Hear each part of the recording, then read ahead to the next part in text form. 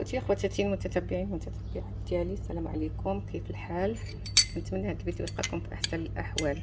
اليوم عندي هاد الفون طاقطاليت، غنصوب معكم واحد الطاقطاليت ساهلين واقتصاديين. المهم عندنا هنا نيسلي، كنعصر فيه واحد نص حامضه صغيره باش تهرسلو داك الحلاوه ديالو، و ميم طون يجي داك لوغو ديال السيترون. وعندي هنا الكراميل بعد ما خلطتو مزيان.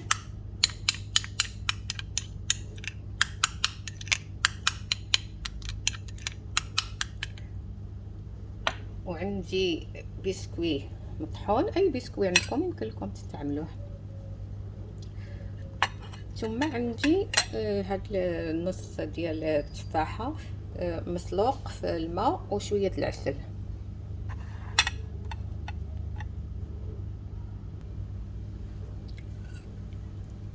غنقدو هاد النيسلي اللي مصوبنا فيه الحامض وغنديروه هنايا كنفرشوه.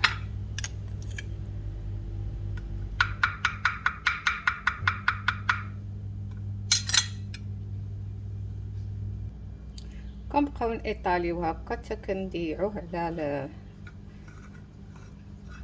هذاك لو فون طاقطاليت كامل على هذا الشكل.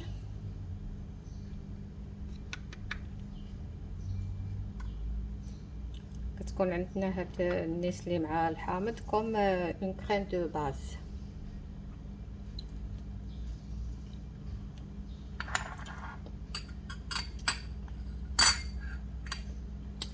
ثم كنقطو هاد البسكوي وكنزيدوه مع الكراميل، كنبقاو نخلطو مزيان، كنبقاو نخلطو على هاد الشكل حتى كيتخلط مزيان.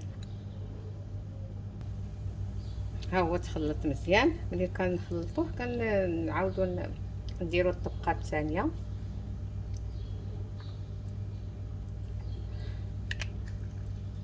وطبعا كنبقاو نيطاليوها حتى كتفرش على هذاك الفون كله.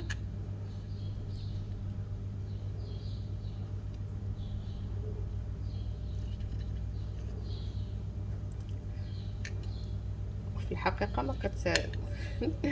ما كتعرفوش شنو كتاكلوا ملي كتكونوا كتاكلوه، ما كتعرفوش شنو.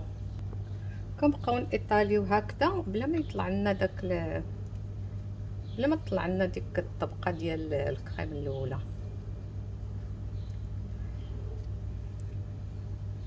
هكا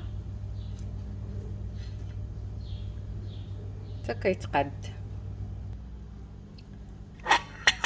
من بعد كناخذوا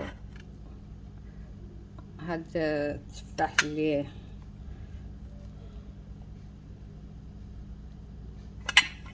طيبناه في الماء والعسل، سلقناه، كنبداو نستفوه هكا.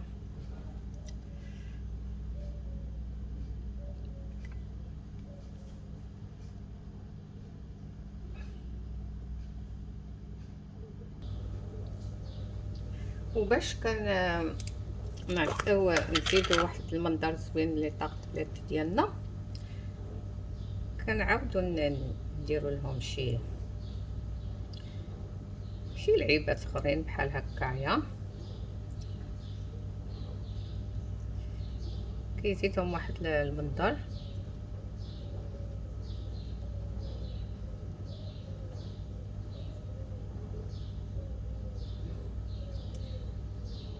وهكا كنكونوا سالينا لي طاقطاليت ديالنا بالصحه والراحه.